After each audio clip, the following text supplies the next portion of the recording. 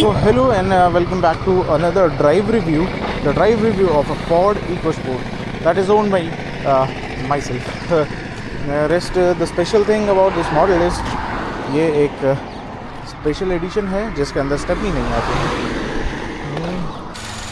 1500 naturally aspirated 3 cylinder engine जो कि produce करता है 122 PS power and 145 Nm torque और काफ़ी ही हैवी बोनट है इसका। बिल्ड क्वालिटी बहुत ही सुपर्ब थी। फोर्ड की ऑल ओवर आप देखेंगे तो हर एक पर्टिकुलर गाड़ी के लिए वाइब्रेशंस थोड़े आपको लग रहे होंगे, रीज़न बीइंग 3 सिलेंडर और थोड़ी इसकी माउंटिंग भी कुछ इस तरह से रखी हुई है। ओके सो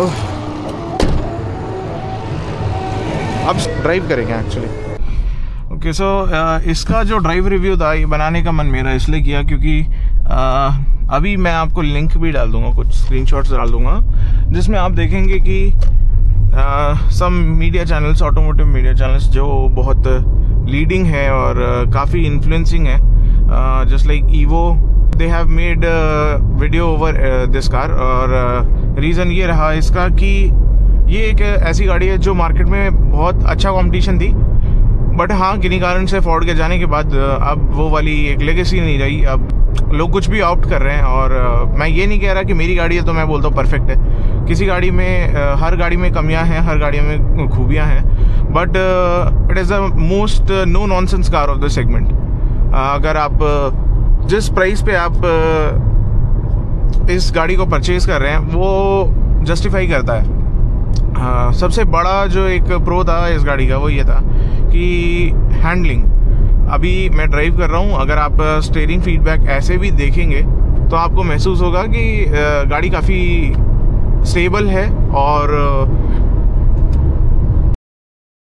अगर मैं इस तरह से, ये तो मैंने बहुत हल्का सा कट मारा है, बहुत एकदम से लेन में सेट किया है, बट हाँ इसके अंदर काफ़ी सारी चीज़ें ऐसी आती थी जो सेगमेंट में कभी नहीं रही। ड्रिफ्ट कंपनसेशन है जो कि मैंने इस सेगमेंट में कभी नहीं देखा।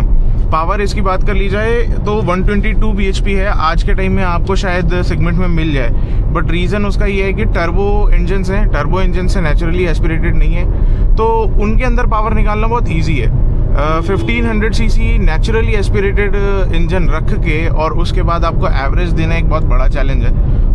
इसका 15.9 ऑफिशियली क्लेम्ड एवरेज था, जिस रीज़न से पेट्रोल इकोस्पोर्ट बहुत कम मिलेंगी, बट डीजल में आपको सेम 1500 सीसी इंजन जो रहा उसमें आपको 20+ एवरेज मिलती थी और डीजल ही सबसे ज़्यादा बिका है इस गाड़ी का। अगर पेट्रोल में ये लोग टर्बो या कुछ ऐसा लॉन्च करते हैं, अगर आप US UK में देखोगे तो ये गाड़ियाँ 1.5 लीटर में टर्बो के साथ आती हैं जो कि एकदम ऐसी पावर निकालते हैं जो शायद इंडिया में लोगों ने सोची ना हो। 160 bhp for a compact SUV, उसकी प्राइसिंग बढ़ेगी, लोग लेंगे नहीं, तो वो चीज़ें कभी आई नहीं। नेचुरली एस्पिरेटेड में मेरे को कभी ऐसा कुछ दिक्कत नहीं लगी। 15.9 क्लेम करते थे, बट अगर आप इसे 70 पे चलाओगे तो निकाल देंगे एवरेज, 18-19 तक निकाल देती है। करंटली आप एवरेज स्पीड देखोगे 41 की एवरेज स्पीड रही है, तो 14.5 का एवरेज है और ये गाड़ी पूरे टाइम सिटी में चली है, तो इस वजह से अभी इसका एवरेज आप एकदम एक्यूरेट नहीं गेस कर सकते। बट हाँ मैंने तो नहीं चलाया एग्जैक्टली, मेरी मदर ने जब चलाया तो 250 किलोमीटर्स आते वक्त इस गाड़ी ने 18.5 की एवरेज दी। डिपेंड करता है ड्राइविंग का नेचर क्या है। मैं थोड़ा हैवी फुटेड चलाता हूँ तो इस वजह से। और once you start driving EcoSport आप एवरेज पे ध्यान ही नहीं दोगे। मतलब this car has that fun to drive element कि आपको लगेगा कि यार कहाँ एवरेज देखने की ज़रूरत आ गई। इसको धीरे चलाना ही मेरे को लगता है इस गाड़ी के लिए मतलब बेइज्जती है। तो ये तो पेट्रोल की बात हो गई। रेस्ट काफ़ी सारे ऐसे फीचर्स हैं जो आज भी मैन्युफैक्चरर्स ऑफर नहीं कर रहे, जैसे TPMS तो खैर अब आने लग गया, बट बैक इन 2017 अगर आप देखें तो उस टाइम बहुत बड़ी चीज़ें होती थी ये, और इस तरह से इसका टायर प्रेशर आ रहा है। मैं मानता हूँ थोड़ा अनइवन है, बट उससे अपार्ट आप ये देखें कि इसमें TPMS है। और अलग अलग फीचर्स जैसे माइक की इन्फो आपको दिखा, तो माइक की इन्फो में आपके पास 2 कीज़ आती हैं। मैंने कोई पर्टिकुलर की को ऐसे कॉन्फ़िगर नहीं कर रखा फोर्ड माई की के नाम से, बट हाँ ये है कि इस तरह की इसकी रहती है और उस की के अंदर आप उस की को आप सेटअप कर सकते हैं। उसके अंदर इवन इतने मोड्स होते हैं कि वैले मोड आपको मिलेगा, जिसके अंदर गाड़ी की एक लिमिट सेट कर सकते हैं आप, उस लिमिट के ऊपर गाड़ी नहीं जा सकती। वॉल्यूम सेट कर सकते हैं कि गाड़ी का इंफोटेनमेंट सिस्टम का वॉल्यूम उसके ऊपर नहीं जा सकता।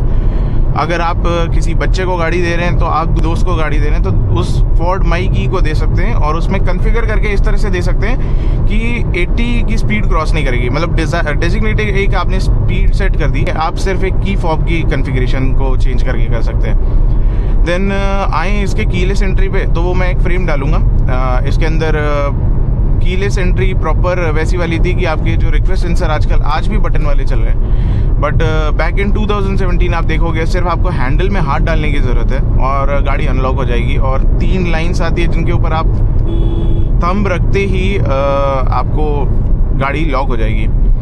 एक वीडियो और डालूंगा मैं रिगार्डिंग ड्राइविंग द सिटी, और सिटी के अंदर मेरे को इस गाड़ी से कोई शिकायत नहीं है apart from this part. ORVM सबके बड़े बड़े हैं, कोई आजकल किसी के छोटे नहीं है। बट हाँ ये है कि थोड़े एक्सपेंसिव हो गए हैं, वो रिट्रैक्टिंग हैं। ओके सो अभी मैं जानबूझ के इसको लेके आया हूँ थोड़ा सा ट्रैफिक में, ताकि मैं आपको ये बता पाऊँ कि इस गाड़ी के बेनिफिट्स क्या हैं। एक तो गाइडलाइंस आ रही हैं, एक ये है कि इस गाड़ी का साइज़ जो है थोड़ी नॉकिंग हो रही क्योंकि it's a 3 cylinder engine. Apart from that हाँ बात कर रहे थे हम ये कि गाड़ी की विड्थ है 1765। अगर आप सेगमेंट में किसी भी गाड़ी को अभी देखोगे फिलहाल में तो हुंडई किया ग्रुप आपको 1790 mm की विड्थ देता है, नेक्सॉन आपको 1810 mm की विड्थ देता है, देन XUV 3XO इससे थोड़ी ज़्यादा देता है। बात ये है कि भाई चौड़ी गाड़ी तो बहुत बढ़िया होती है, it hardly make any difference. आप 4 से 4.5 लोग बैठा लोगे, सॉरी 3 से 3.5 लोग बैठा लोगे, दैट्स इट। बाकी ये है कि सब कुछ आपकी यूटिलिटी पे डिपेंड करता है। मेरे को कभी इस चीज़ की एक खामी कभी ये लगी नहीं कि ये पतली है, कुछ ऐसा है वैसा है। इनफैक्ट मैंने इसको हमेशा एक बेनिफिट के रूप में ही देखा और इसी वजह से मैं इसको सिटी में ड्राइव करने में झिझकता नहीं हूँ। देन उसके बाद एक और चीज़ है, फर्स्ट इन सेगमेंट और मेरे को लगता है आखिरी इन सेगमेंट रह गया। एंडेवर में ये चीज़ आती थी, डॉटेड लाइंस देखेंगे आप इसके ORVM पे, दैट डॉटेड लाइन डिनोट्स आपका ब्लाइंड स्पॉट। ये एक्ट करती हैं ब्लाइंड स्पॉट की तरह। आपको एक एक्सटेंडेड विजन मिलता है उस साइड का, जो कि बहुत ज़्यादा ज़रूरी है। कई बार होता है कि आपको इस पे एक पर्टिकुलर विजन आता है और साइड वाली गाड़ी अगर आ रही है बहुत तेज़ी से आ रही है, आपको नहीं पता चलेगा। तो वो एक कॉन्वेक्स का जो एक लिटरली मिरर का जो है, तो उस मिरर को इस तरह से बना रखा है कि ये एक अलग है और वो एक्सटेंडेड पार्ट एक अलग तरह का मिरर है। तो ये ब्लाइंड स्पॉट ही है, तब ये सब इंडिकेटर वगैरह नहीं आते थे, बट हाँ ये बहुत बड़ा रोल प्ले करता है। देन इलेक्ट्रोक्रोमिक मिरर आता था, काफ़ी हैवी है। और फर्स्ट इन सेगमेंट फीचर्स की बात चल रही है तो मैं एक चीज़ मुझे याद आई कि एक रील आई थी रिसेंट में, बहुत किसी फेमस ऑटोमोटिव जर्नलिस्ट की थी, जिसके अंदर उन्होंने बोला कि एक फीचर है जो मर्सिडीज़ ऑफर कर रहा है, मतलब that Mercedes was costing around 35-40 lakhs। और बहुत अजीब था ये कि उनको ये नहीं पता था कि ये फीचर पिछले 7 सालों से 8 सालों से ऑफ़र कर रही थी। आप यहाँ पे जो स्विचेस देख रहे होंगे तो इसमें आपको दिख रहा होगा ये क्रूज़ का है, ये सेट करने के लिए प्लस माइनस का है, दिस इज़ फॉर रीसेट, और ये कैंसिल करने का है। ये LIM जो है ये आपको आमतौर पे नहीं देखने को मिलेगा। ये फर्स्ट इन सेगमेंट था और अभी भी first in segment he exist कर रहा है। मेरे को नहीं लगता फ़िलहाल कोई इसको ऑफ़र कर रहा है। This particular is limited. आप देखेंगे क्रूज़ कंट्रोल तो आपने देखा होगा। सपोज़ मैंने ये बटन दबाया लिम और मैंने 89 पे सेट कर दिया। अब मैंने अगर आपको मेरा पैर दिख रहा हो तो मैं पूरा एक्सीलरेटर भी अगर मार रहा हूँ तो गाड़ी आपकी 89 के बियॉन्ड नहीं जाएगी। इवन आपने स्लोप पे देखा, स्लोप पे भी गाड़ी नहीं जा रही। तो शायद लगे आपको कि लिमिटर इतना ज़्यादा प्रैक्टिकल कहाँ ही है, रियल लाइफ में आपको कहाँ ही इतना ज़्यादा काम दे रहा है। तो मैं बता दूं कि अगर मैं इस रीजन की बात करूं जहाँ पे आपको स्लोप्स दिखेंगे रोड पे, तो वहाँ पे 1.5 से 2 किलोमीटर, 1.5 किलोमीटर से वो आपकी स्पीड डिटेक्ट कर लेती है, जो स्पीड कैमराज होते हैं। और आप जब स्लोप पे होते हो तो गाड़ी आपकी 80 के बियॉन्ड जाती ही है, स्लोप पे जाएगी। Even if you are using cruise control के अंदर भी ऐसा होगा कि अगर आपने 80 पे क्रूज़ कंट्रोल सेट किया है और गाड़ी स्लोप पे है तो वो 82 84 तक चले जाएगी, और फिर उसके बाद गाड़ी वापस से 80 पे आ जाएगी जब आप प्लेन्स में आ जाओगे। लिमिटर क्या करता है कि लिमिटर आपको ऐसी जगह पे जहाँ पे आपको बियॉन्ड 80 जाना ही नहीं है, बट क्योंकि आपको गाड़ी में नहीं पता चलता, जैसे इसमें आपको 100 तक नहीं पता चलता, 100 तक बहुत कंफर्टेबली जाती है। तो ऐसी जगह पे आप लिमिटर यूज़ करो। मैं बहुत यूज़ कर चुका हूँ कि आपने अपने, अगर बाई चांस आपके दिमाग से स्किप हो भी जाए कि मेरे को लिमिट में चलना है, तो आपने एक लगा रखा है कि हाँ भाई मेरे को 80 पे आप ज़्यादा भी एक्सेलेरेटर दे रहे हो तो भी गाड़ी आपको रेस्ट्रिक्ट कर रही है। देन एक और फर्स्ट इन सेगमेंट था टेलीस्कोपिक स्टीयरिंग एडजस्टमेंट, क्योंकि चलते हुए मैं नहीं कर सकता। अगेन ये वाला फीचर फ़िलहाल भी कोई गाड़ी ऑफर नहीं कर रही है जितना मेरे को पता है, और एक हायर सेगमेंट में जाओ तो हायर सेगमेंट में भी गाड़ियाँ नहीं ही ऑफर कर रही है। होता ये है कि आपको टिल्ट मिलता है, टेलीस्कोपिक के अंदर आपको रीच का एक ऑप्शन मिलता है, स्टीयरिंग आप आगे पीछे कर सकते हो, जो सच में हाइट के अकॉर्डिंग काफ़ी लोगों के लिए हेल्पफुल रहता है। तो ये फर्स्ट इन सेगमेंट फीचर्स थे। और हाँ, थंबनेल में अगर आप ये गाड़ी देख पा रहे हो, आपको 2 इकोस्पोर्ट थंबनेल में दिखाई देने वाली है। The other one is from one of my friend, और मैं बहुत जल्दी वीडियोस डालने वाला हूँ। I went to Bangalore and I saw 3 different EcoSports, जो इनके अंदर रीमैपिंग का एक जो आजकल एक चलन है। तो ट्यूनिंग जो है वो ट्यूनिंग गाड़ी को परफॉर्मेंस के कितने बियॉन्ड ले जाती है, ये वाली चीज़ उसमें डिस्कस करेंगे। और ट्यून्ड इकोस्पोर्ट्स दिखाऊंगा मैं आपको, लगभग 2 तो डिटेल में रहने वाली है, बाकी डिस्कशन भी होगा। तो डीजल के अंदर ट्यूनिंग के मामले में भी ऑप्शन बहुत सही है। आप इवन इसके जो पावर फिगर्स हैं इनको XUV 700 के इक्विवेलेंट तक लेके जा सकते हैं। क्वालिटी की मैं बात करूं तो यूएस मैन्युफैक्चरर से आप कभी क्वालिटी के मामले में नाराज़ नहीं हो सकते। आज के टाइम में अगर आप मेरे को वापस से बोलो कि इतने रुपए लेके और आप जाओ गाड़ी लेने, मैं बोलूँगा इकोस्पोर्ट नहीं है, अदरवाइज़ मैं वापस से इकोस्पोर्ट ही लूँ। क्योंकि मैं आज के टाइम में मानता हूँ अगर आपको इसका रिप्लेसमेंट चाहिए तो नहीं है। हर गाड़ी का ठीक है, हर गाड़ी के अपने USPs होते हैं, नहीं हो सकता वैसा, हर गाड़ी एक सी नहीं हो सकती, बट फिर भी टाटा महिंद्रा में जाओगे तो आपको सॉफ्टवेयर की शिकायत आएगी, आपको रिलायबिलिटी नहीं मिलेगी। आप जर्मन्स में जाओगे तो आपको लगेगा मेंटेनेंस कॉस्ट, हालांकि वो लोग कोशिश कर रहे हैं कि मेंटेनेंस कॉस्ट कम हो, बट फिर भी आपको लगेगा कि मेंटेनेंस एक जो बना रखा है उसका इतना माहौल की महंगी है। बट हाँ, अगर आपको ड्राइविंग इस तरीके चाहिए तो आप जर्मन गाड़ियों पे जाएं, अदरवाइज आप काइलैक और वॉक्सवैगन के तरफ से कोई अभी फ़िलहाल है नहीं, बट हाँ काइलैक पे अगर आप जाते हैं तो आपको लगेगा कि हाँ ये फन टू ड्राइव गाड़ी है। अदरवाइज़ मैंने जितनी ड्राइव करी मेरे को नहीं लगी। सेगमेंट में बहुत सारी गाड़ियाँ हैं, 3XO है, नहीं है वो वाली बात, नेक्सॉन है, नहीं है वो वाली बात। देन आप काइगर पे आएंगे, मैग्नाइट पे आएंगे, they are offering 1000 cc engines. आप टर्बो डाल भी दो तो मेरे को लगता है वो वाली चीज़ नहीं है कि आप कभी परफॉर्मेंस वैसी वाली नहीं उम्मीद कर सकते until unless it's a turbo charge engine of Volkswagen और स्कॉडा, जो या फिर हुंडई के जो इनलाइन वगैरह ये आते हैं आपके, तो उनकी ट्यूनिंग अलग है, इनकी ट्यूनिंग अलग है। तो सेगमेंट में ऐसा कुछ नहीं है सच। काइलैक का 1000 cc इंजन अच्छा है।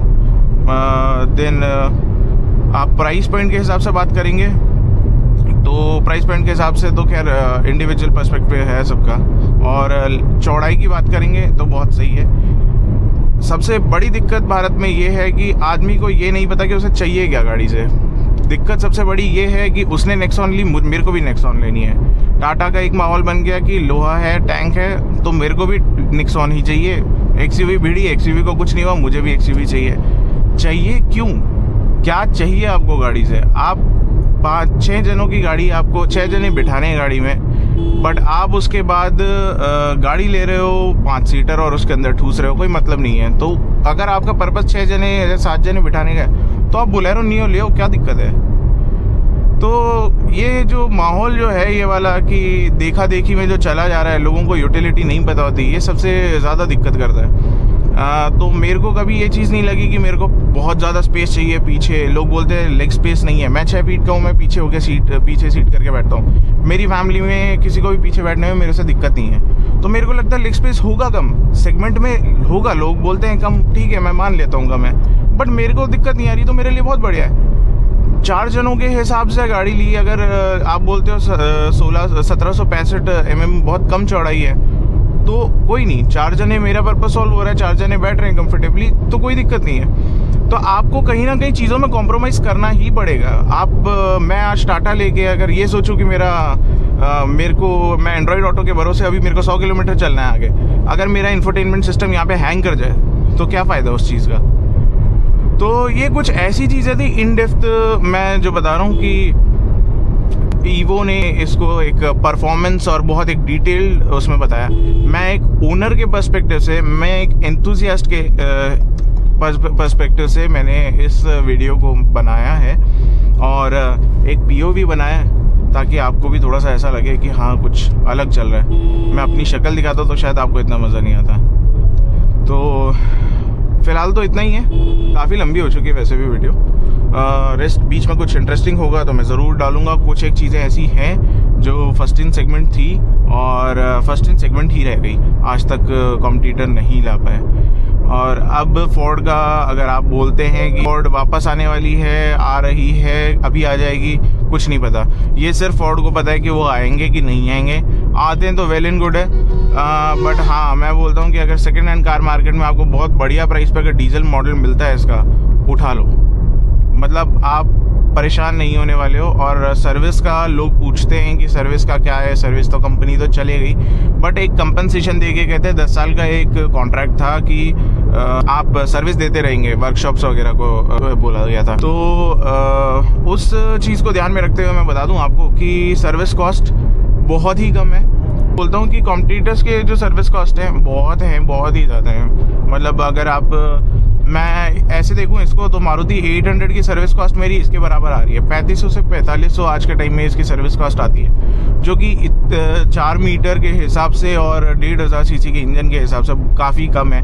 पार्ट्स की अवेलेबिलिटी एज सच तो बहुत बढ़िया है, कंपनी को गए हुए 3 साल हो चुका है।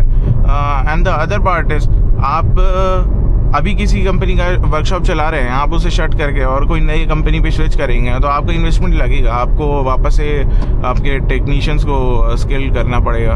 तो they are generating a good amount, बहुत अच्छा रेवेन्यू आ रहा है, लेबर कॉस्ट से ही काफ़ी कमा रहे हैं वर्कशॉप वाले। तो दे आर लाइक सेटिस्फाइड और सही ऑफर कर रहे हैं सर्विसेज। और क्योंकि गाड़ियाँ लिमिटेड हो चुकी हैं, अनलाइक ऐसे ब्रांड्स जो बेहिसाब गाड़ियाँ बेच रहे हैं, तो आपको आफ्टर सेल्स भी आपके काफ़ी सुधर जाते हैं। आपको ये वाले इशू नहीं आते कि आपकी वेटिंग वगैरह चल रही है। तो मैं बोलता हूँ आफ्टर सेल्स के मामले में कंपनी जाना तो आप छोड़ दो, उस चीज़ को, मतलब उस चीज़ के बाद तो और ज़्यादा सुधरे हैं फ़िलहाल। तो सर्विस के रिगार्डिंग मैंने आपको बता दिया। अगर सेकेंड हैंड में मिलता है तो go for Freestyle diesel, you can go for Ford Figo diesel भी ठीक है, then rest EcoSport diesel. मतलब आज के टाइम में मैं बोलता हूँ कि अगर मेरे को वापस से कोई गाड़ी लेनी होगी और अगर मेरा सेकेंड हैंड को मेंटेन गाड़ी मिले, मैं वापस से डीजल लेना चाहूँगा इसका। तो that's all from my side, और कुछ फैक्ट्स होंगे तो मैं वीडियो ऐड कर दूंगा। Thanks for watching.